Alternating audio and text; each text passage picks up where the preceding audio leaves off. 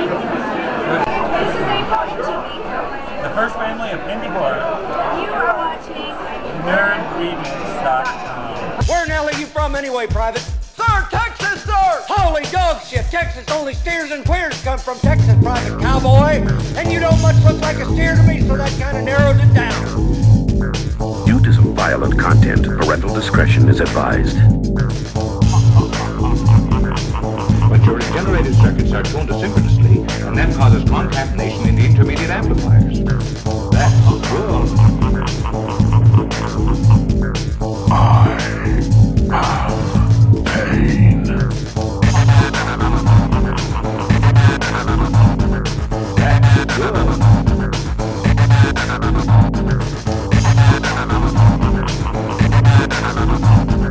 Now you're a fucking mumbling, stuttering little fuck, you know that?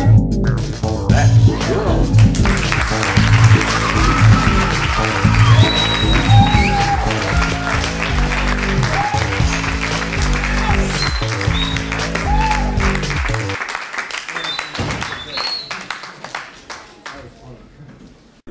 And we are live. Well, it's Nerd Remix Radio. Once again, bitches, we are plugging up your ear hole. We're plugging up your ear hole with what we want to say and with our cocks. Absolutely. Wait, can I do that again? Damn it, I don't want our fans to know what my penis looks like. Good times. Do we have fans? I think, maybe. We got that one guy who likes to just stare at us. Yeah, there's a few people that enjoy Nerd Remix. I think, I don't know, mostly shut-ins and basement dwellers probably, but not to offend anybody. You just offended all our fans. Now we have no fans. Thank you very much. One thing I want to hit on right away, offensive movies. There was some talk on your wall about a Serbian film. Thoughts? Oh yeah, a lot of people, I actually just made a funny picture. It was supposed to be funny. I wrote on top what my quote would be if it was on the cover of the film, and I showed the cover of the film, and then I put, it's like a aristocrats joke, just not funny. Because I don't know if anybody's familiar with the aristocrats joke, but if you have about 15 minutes to spare, I can tell it right quick. No, the aristocrats joke, for those who don't know, it's just a long, nasty joke. Just look it up on YouTube. And then if you think about the aristocrats joke, you can sort of think about how a Siberian film would be one long aristocrats joke. Yeah, I didn't think it was that bad of a movie, and I mean, it was definitely well made. They had some performance. I mean, the actors all did a good job. The movie looks great, and whether the scenes in question, you know, were put in there to, you know, gratuitously, or if they were integral to the story, you know, it's a matter of opinion. It's really subjective on if that movie's a valid, you know, film or not, or if it's just, you know, straight up exploitation for the sake of exploitation. And it's really subjective, but to actually call the movie a bad film or it's a cash-in. I mean, if it was a cash-in, it would be called The Fucking Incredible Torture Show, even though that was already taken.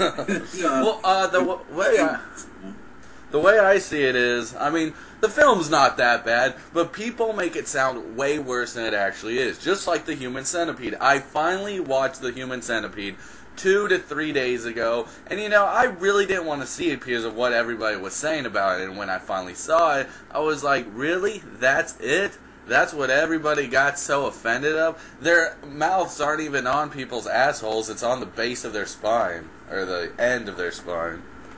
Well, the thing is, you know, that's what everybody makes a big deal about of that movie, but you take that away and it's still a pretty cool movie. I mean, they have a good, crazy, over-the-top villain. There's some moments of real suspense and tension. Yep. Now, Siberian film, that's why I say those two films really relate to each other, and the hype is more shocking than the actual film.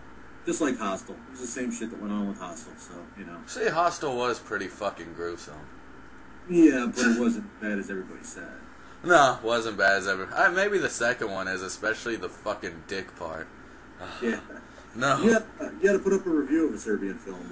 I think Did Chris and Dave do one on our site or their site? I believe they did one on our site. They're always so awesome. By the way, y'all should check out their site at horrorhappyhour.com. Horrorhappyhour.com. And they're always doing all kinds of contests on Facebook, like Name That Kill and everything. And we're going to have some contests coming up, so watch the site. We will be giving away some NerdRemix prize packs. Some of the really cool people that donated stuff for our big birthday promotion at Cinema Wasteland earlier in the month. Some of the stuff got here late because the U.S. Postal Service isn't always the most reliable thing. And I mailed shit late. Don't forget that. And we have some signed Thanksgiving cards. Actress Lilith Astaroth sent some autographed 8x10s that are really sexy. Kevin Kangas sent a bunch of limited edition Fear of Clowns DVDs, the director's cut of those, and I believe I still have some stuff from Chemical Burn Entertainment left over that I'll throw in these Nerd Remix prize packs. And after the podcast, our interviews this week are Jim O'Rear and Jessica Cameron. And Jessica Cameron, Horror Hottie of the month of, help me out, July? Yeah, sure. Just check out the Horror Hottie section. By the way, there's nakedness now. Yes, there is boobs in the Horror Hottie section, but not Jessica Cameron's boobs. She's supposed to be sending some 8x10s that we'll be giving away as prizes. And her interview was cool. You're going to hear that after the podcast. And she also, we had like a long conversation. I don't know if anybody heard about the film Girl Scout Cookies and the trouble that went on that set.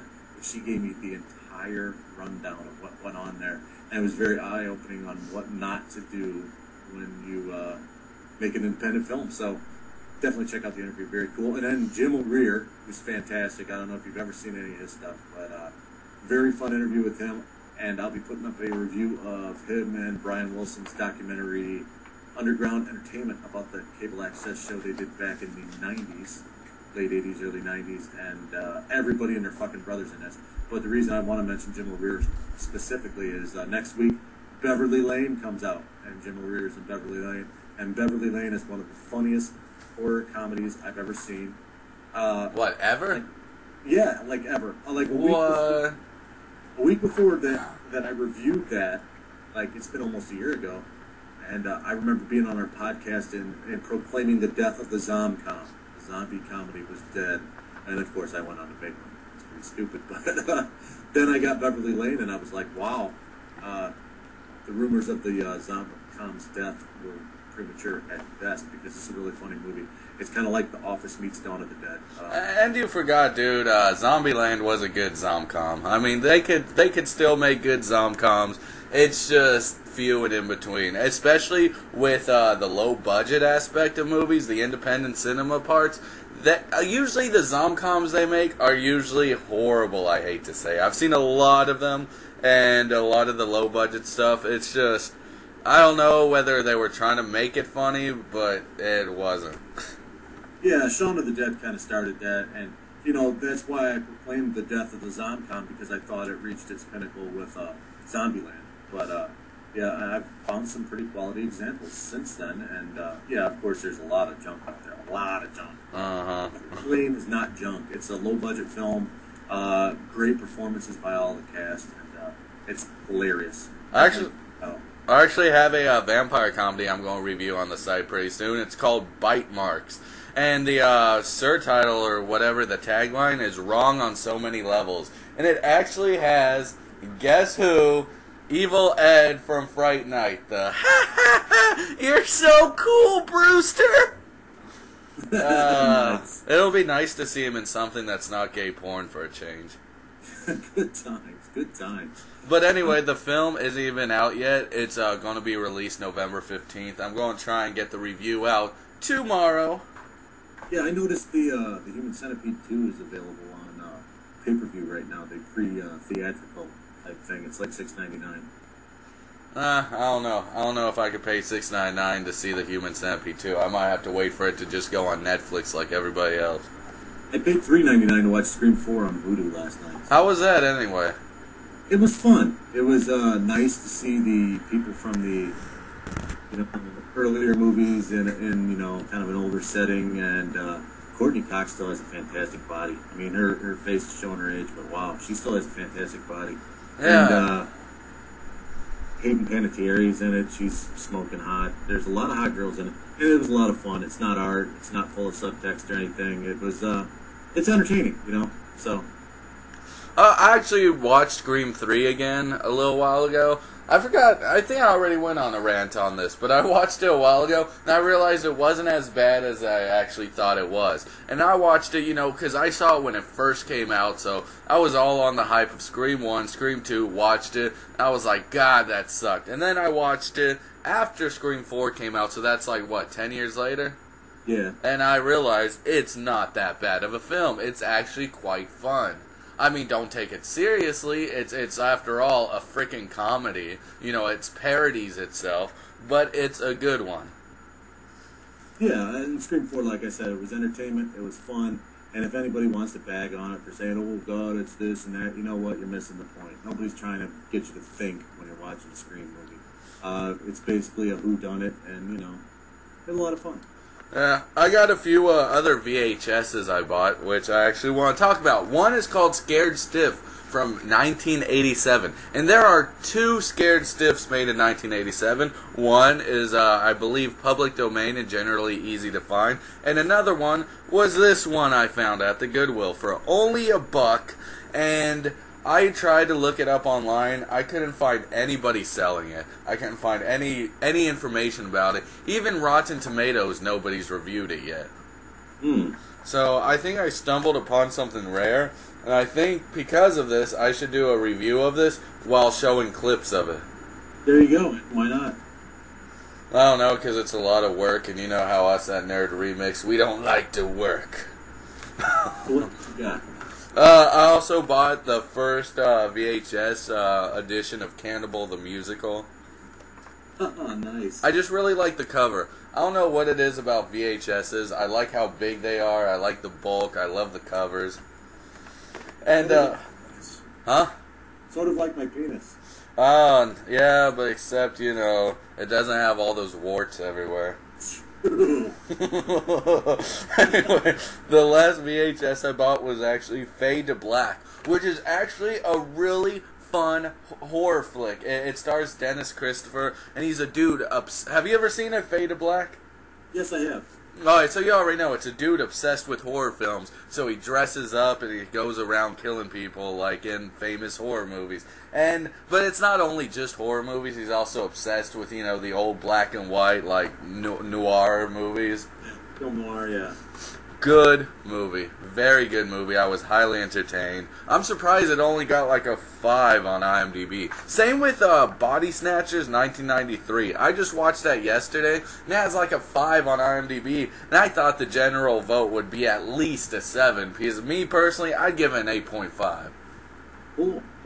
Hey, speaking of VHS, you ought to go over to MidnightMausoleum.com. They got the Volume 8 and Volume 9 that they're releasing just on VHS. Bradinsky was selling them at Cinema Wasteland, and they're only like $7, I think, and they're only releasing those two on VHS, and they're limited to 300 pieces, so might be something you want to look into. That's pretty cool, but like, the one thing is, I would never pay more than like $1 for a VHS. Yeah, but these are new and they're collectible. Yeah, they are new. They are collectible. I might have to check it out. My VHS finger's twitching. One thing I would like to see, though, is more people make films on VHS. I think if I ever do a film, I would make a limited run of VHS copies. Big box. Speaking of Bradinsky again, he is doing a limited edition thing with the Italian zombie movie on VHS, and I think the Zombitch trailer is actually going to be on there. So I love that mofo. He is pretty cool. What else was I going to say about VHS? Oh yeah, Drew Bolduc did a limited edition of The Taint with like a hand-painted cover and everything. He did it on eBay. I don't know if he has any plans to like do an actual release on VHS, but that's another cool movie. One thing about this Scared Stiff, which I find funny, is that there's actually a price tag on it saying ABC Video $79.95. So they were at first asking $79 for this VHS. Oh, dude, I got old Fangoria magazines where there was different video companies selling stuff on VHS, and yeah, like Suspiria and stuff like that. You couldn't touch that for under like $60 back in the day. God damn, that's like anime today. Yeah, it's crazy. Well, that's really all I have to share. You got anything?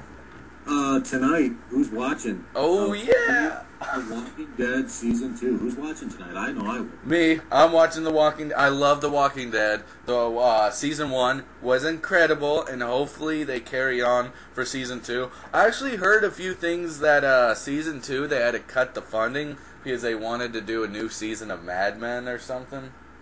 Oh, no shit. And the only thing I'm worried about with Season 2 is it's Frank Darabantless. So... Who the fuck is that? Darabont, the guy that did The Mist and Shawshank Redemption and a bunch of others Stephen King adaptations. He also directed the first season, or produced the first season of Walking Dead. Am I the only person who wants to see Walking Dead go on, like stray away from the comic books? Because, I mean, those who read the comic books, they know basically what's going to happen. But I think the farther they stray away, the more fun it could be and open the possibility of, anything they want to do. That's what gets me is the comic book people will bitch that it's, the purists, quote unquote, will bitch that it's not exactly following the comic book. But why would you want to know? Yeah, if you want something that exactly follows the comic book, read the comic book again. Yes, exactly. And with that, can we get some words of wisdom from you this week? Yeah, I think so, but I have to come up with one. Okay, we'll come up with one. Okay, you know how sometimes whenever you go down a dark, stormy alleyway and it's dark and, your balls itch and there's a hooker on the side saying that she'll give you, for like $5 she'll suck you up and stuff? Yeah. If you do it, you'll get warts like Tom Jeezy. Oh, gee, thanks.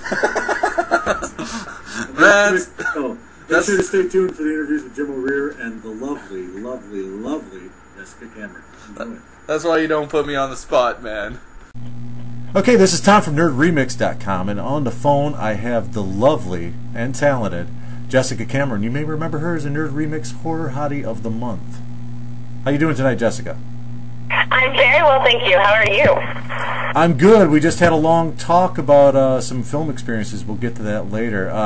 Last night, and you'll be on the podcast with him. Last night I interviewed Jim O'Rear, and you've worked with him before, right? Mm-hmm. I've worked with Jim on a couple projects, and hopefully there's going to be a lot more to come. He's such an amazing actor and just so much fun to be around, as you know. He was a lot of fun to interview, and I actually just reviewed some of his stuff, Chapter 1 of Postmortem America 2021. I haven't seen your part in it because I've only seen Chapter 1, so... Stay tuned. I'm actually in the second one with Melanie Roble, which is great. I actually, last month, or actually a couple weeks ago, shared a vendor table at a convention with Cameron Scott, so I got to talk to him, and kind of an unassuming guy. I like Cam. He's a nice guy. Isn't he a sweetheart? It's really great when you see these people who just love to make movies, and Postmortem America 2021 is one of those films that has been such a passion project with us for years now. It's great to see it finally coming together. I really enjoyed it. I think Monique Dupree was really good in it. I haven't seen much of her stuff, but I didn't know she had the chops that she showed in Chapter 1 of that, so... And I have to tell you, I've probably seen, because I consider her one of my dear friends now, so I have made a very active effort, and I encourage everyone listening, if you like women in horror films, you need to watch more Monique Dupree stuff. She's amazing, and you're right, she's an exceptional actress, and so much better than what I think the industry standard is for, quote-unquote, a scream queen. Like, she's phenomenal. Getting to watch her work has been a highlight of this past year. Well, if you look at her body of work, you can put her up there with somebody as kind of a Debbie Rochon Jr. Absolutely. Absolutely. So getting back to some of the stuff you have coming out, let's see, you have, The Dead Matter came out, you were in that, right? Correct. I was in that. That got released last year. As far as I know, it's doing really, really well. Coming up right now, they just had a premiere of Potpourri, which is a fantastic horror film shot by Elliot Goody and produced by Restraining Hollywood's Brandon Van Vliet. And it's like this brilliant, twisted horror, sci-fi comedy. It's a really crazy mix-up, and it just works so well. So I love that one because I got to play Princess. which I loved because it was so much fun. And I actually got to wear my prom dress. In one of the scenes. It actually fit me better, thank God, because I think it would be a bad feeling if I were to try to get it on or to not fit me so well. And then I have The Sleeper coming out, which is just this exceptional, like, 80s slasher flick by this new director, Justin Russell, who is, I've never seen somebody so young. He's younger than me, and he handled himself, this professional set, the camera, the script, everything so amazingly. And then, to my shock and awe, because in the independent film world, we're used to make a movie, and then 2 years later it comes out. He had the film completely edited in its entirety, with all the music, everything was done. He went from shooting a movie on day 1 to complete film within 3 months. That's awesome. Another movie that you're in that's coming out, I can't wait to review it, and Joe has promised me a screener, is Cut. Ooh, yes, Cut. That was a fun shoot. There's so many great people involved. I got to meet Devaney Pinn on that set. Of course, Joe Hollow. And Brandon Slagle. It was super fun. Although the weather was not so fun. Yeah, Devaney and Slagle, they're cool. Cathartic. I mean, she really showed some twisted sense of filmmaking on that. I really enjoyed that. I don't know if you saw it. I haven't seen it, but hopefully I'll see it shortly. We're doing an event, Bloodletting Bash, in Hollywood in a couple weeks, so hopefully I'll get to talk to her about that then. Yeah, tell Slagle to grow the soul patch back. He looked better with that. I will pass along the message. I'm not so sure if it'll work, though. Speaking of, you're West Coast now, right? How's that been working for you? It's been going really, really well. I was expecting a more challenging transition, and the wonderful beauty of social market media is that you're not really limited by your location anymore. So because I've been so active involved in the independent filmmaking world, it translates wherever I'm located. So I came out here, and just today I had an audition, and I walked in, the director's like, "You don't know me, but I've been following your career for years." I'm like, "Oh, that's awesome, thanks." So, I mean, it's fantastic how, and it's thanks to Facebook and Twitter and all these things that we're able to do this, where even though we might not have the opportunity to be located in, like, a metropolitan area, you can be anywhere and really make an impact. Speaking of social media, you were at the NerdRemix Horror Hottie of the Month a couple months ago, and I was. I got so many emails through the site from that. One of them I have to read to you. It said, "Where did you find this girl? She has the face of an absolute angel. I must seek out some of her work. Does she have a fan club or anything? I would really like to join." Sadly, I did not direct him to your Facebook page because, I don't know, for some reason, it just seemed creepy. Well, I'm really flattered, though. That's great. Thank you for sharing. And I mean, you can always direct them to the fan page. I'm at that awkward level on Facebook, but my love-hate relationship with Facebook, where I'm maxed out all my friends on my one page, and sometimes people get offended when I direct them to the fan page, and I don't mean to offend anyone. It's just there's nothing I can do since I have no more room. I'm out of options. So definitely, like, anybody listening can go to the fan page and keep up with me there, and I answer all my messages. And I have it open so that if you're on my fan page, you can still send me messages. And I post more to my fan page than the regular page. So there's a lot of actresses that have had that same problem. It was super fun. There's a lot of actresses that have had that same problem. I hear a lot of people saying, "Well, oh, you must be some egomaniac because you started a fan page," and they don't realize, hey, it's because I've maxed out my friends and. Yes. Oh, and that's the thing. I mean, here it is. Sometimes even in the best of communities, which I consider to be the independent horror film, one of the better communities that I've been lucky to be a part of, there are always those people who are jealous. And those jealous people, rather than fixing what's wrong with their own careers or their lives, they like to focus on let's insult other people, let's name call. If I see any name calling, even if it's not directed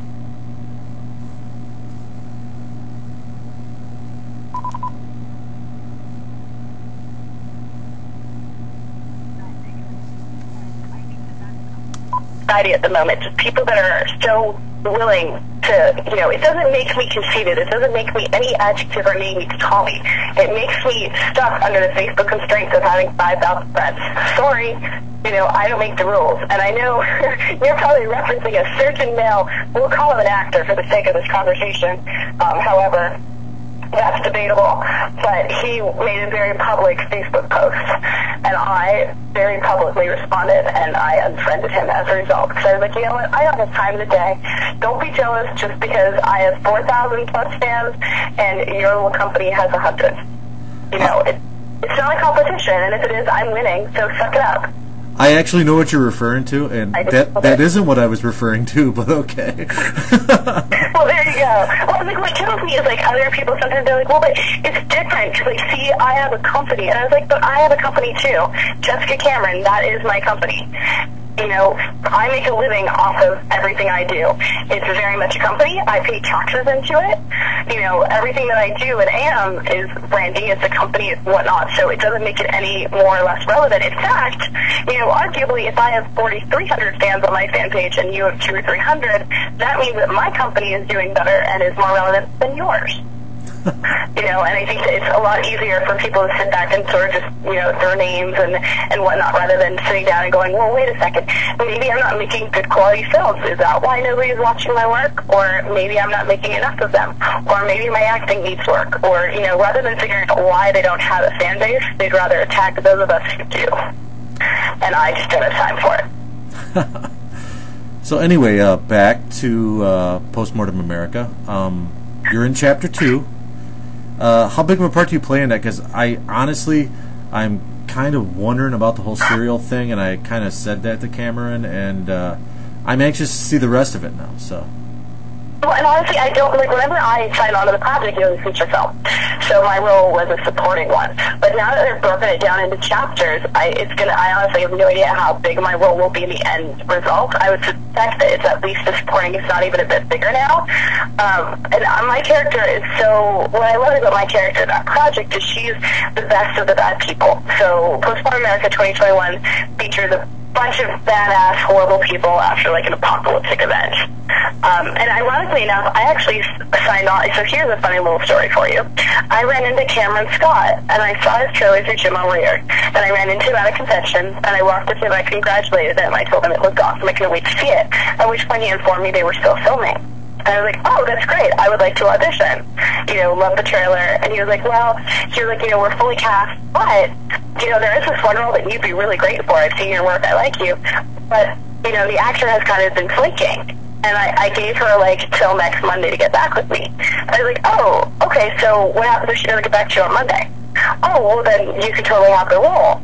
I was like, fantastic. And I was like, and we got into the story a bit further about how she just flaked on a couple times that she was supposed to already go down shoot and never did.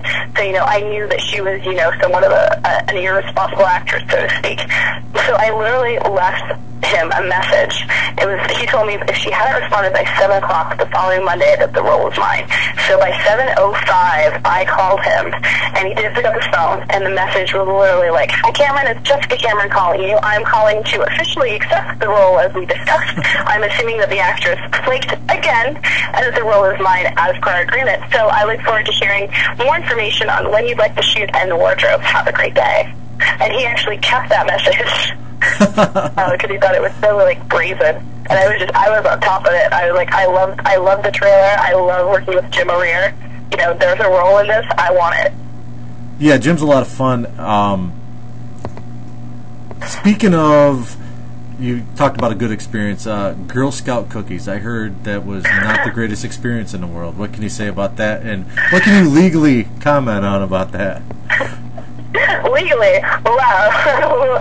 We're still legally dealing with all that stuff. That was the single worst movie experience I've ever had in my life. But I did get to meet and work with the amazing Monique Dupree. So what I can tell you is that she is more beautiful, more talented, and more breathtaking in person. And I learned about just how much crap us in the independent film world really have to put up with.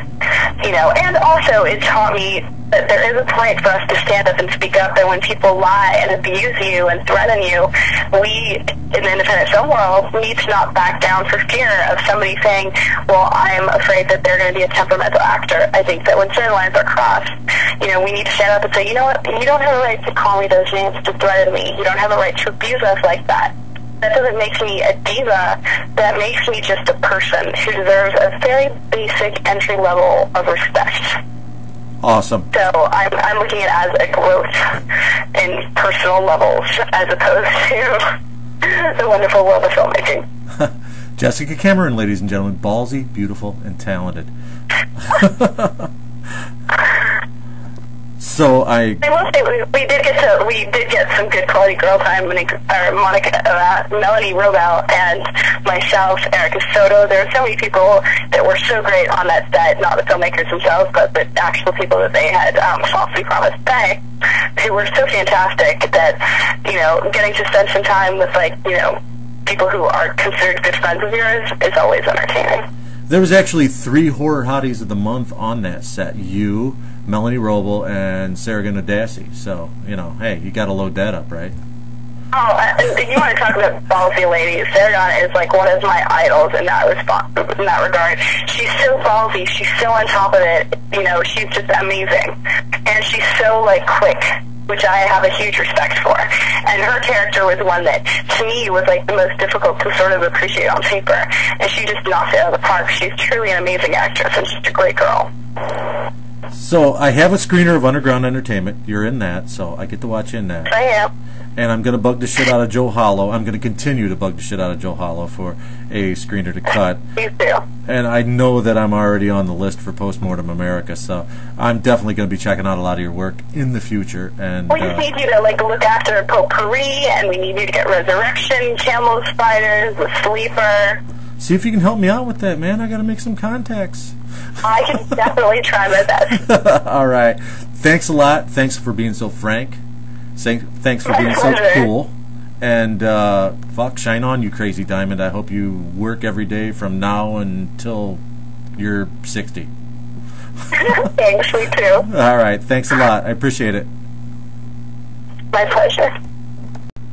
This is Tom from NerdRemix.com, and on the phone I have the distinct pleasure of having actor, filmmaker, stuntman, and magician, Jim O'Rear. Jim, how you doing tonight?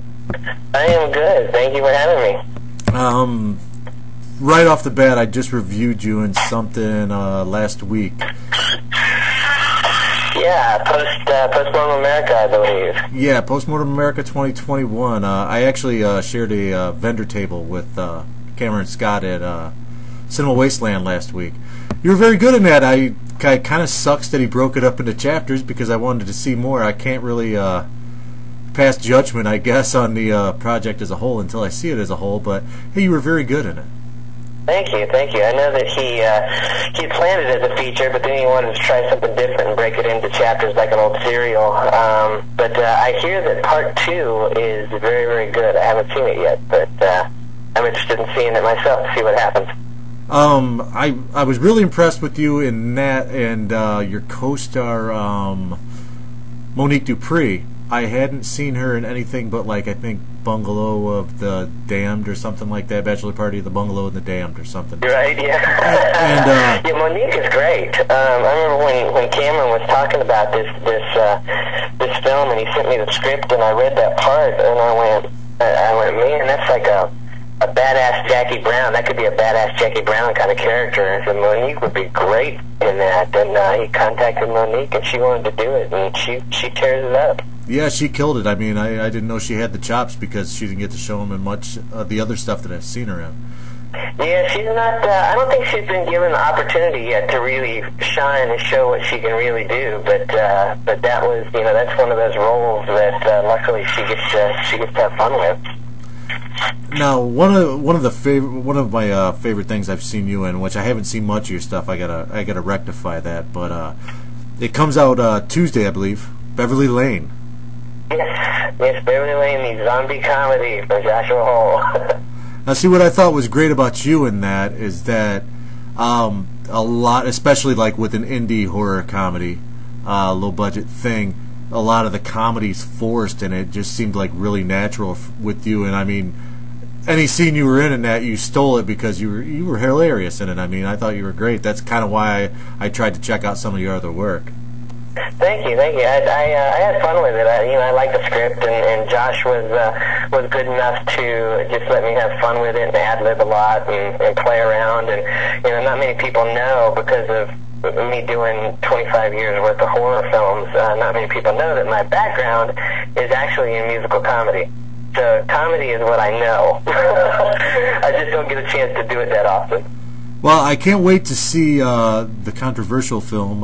It's built-in controversy with Underground Entertainment. What can you tell me about that? I can't wait to check it out. Yeah, Underground Entertainment is it's a mockumentary, sort of in the style of Spinal Tap and the Ruddles, and the only difference in that is that, it's made in that style, but it's about real stuff. It's about this television show that me and my partner did 20 years ago for Warner Brothers called Underground Entertainment, and on that show we broke a lot of ground in television as far as, pushing the boundaries of censorship and what you could show on television and not show on television, and it kind of chronicles, watches us as we battle the censors and things through this television show, and we decided, 20-year anniversary, we should probably look back at it. And a lot of my friends and stuff got on board. Robert Englund and Daniel Harris, and Ernie Hudson, and Tom Savini and Bill Forsythe. It's got a genre cast like crazy in it. I think there's 80-some celebrities in the film. But yeah, it became very controversial. We got banned in Indiana. For whatever reason, I don't know. We just thought it was hilarious that a movie about censorship was going to be censored. And but it's been good for the movie that we got banned, because a lot of people now have picked up on it. They're wanting to screen it. It's screening in a lot of different places, different conventions, and people are going nuts for it. They really like it, so I'm happy for that. But it's a wacky comedy also. Yeah, that's something. I mean, when I heard about it, I was like, man, I got to jump on this, because I had heard a few things about the particular festival, and in fact, I think Lee Vervoort had some problems with him at one time, Tennessee filmmaker, and actually, when I had heard more about it, the more it pissed me off. And I actually have an actor friend, I'm not going to name his or her name, who asked me to do a bit because they were appearing there on the site, and I actually turned them down, and I think pissed them off because I wouldn't do it. I was just like, fuck that. Why would I even give something like that, more credence or any validity by giving it any whatever minor coverage I could have gave it? You know what I mean? Yeah, the crazy thing is, for a festival that was supposed to celebrate independent entertainment, independent filmmakers, and the spirit of indie cinema, which is, outside the Hollywood system and kind of do what you want, they have a lot of guidelines and a lot of things that are not allowed. So it's truly not really an independent film festival that celebrates indie films. When that happened, I know a lot of people pulled their films out. Several celebrities canceled their appearances. A lot of people didn't go. They really hurt themselves doing that, and it wasn't really our intention to try and kill the festival, but we wanted people to know what was going on and what they were doing to indie filmmakers. Yeah, I kind of ran into the same thing because I made a short last spring, and it was called Zombitch, and I submitted it to a few festivals, and a few actually balked, and said, well, we can't really put that on our playbill. I'm like, it's the word bitch. I mean, how hard is that? See, that's crazy. If that upsets them from an indie filmmaker, what hope does any indie filmmaker have? Well, I'm happy to say I'm making a sequel right now, a feature length called Die Zombitch Die, so you'll have to do a cameo in it. Nice, yes. So what else do you have on the burner? I see you're working with Joshua Hulligan with Idiot Gore. Yeah, Idiot Gore with Joshua Hull. He's also got another one I believe he's going to shoot before Idiot Gore that's untitled right now, which is a hilarious concept also about a bunch of kids, that were involved in like a Boy Scout troop and, had this legend of a monster, and now they've grown up and they're old and the monster's killing people in their group, and they've got a band together to go get it. And it's another wacky comedy like Beverly. So we'll be doing that, and also We've got a TV pilot in the works called Celebrity Ghost Hunters, which is a paranormal reality thing that I'm doing.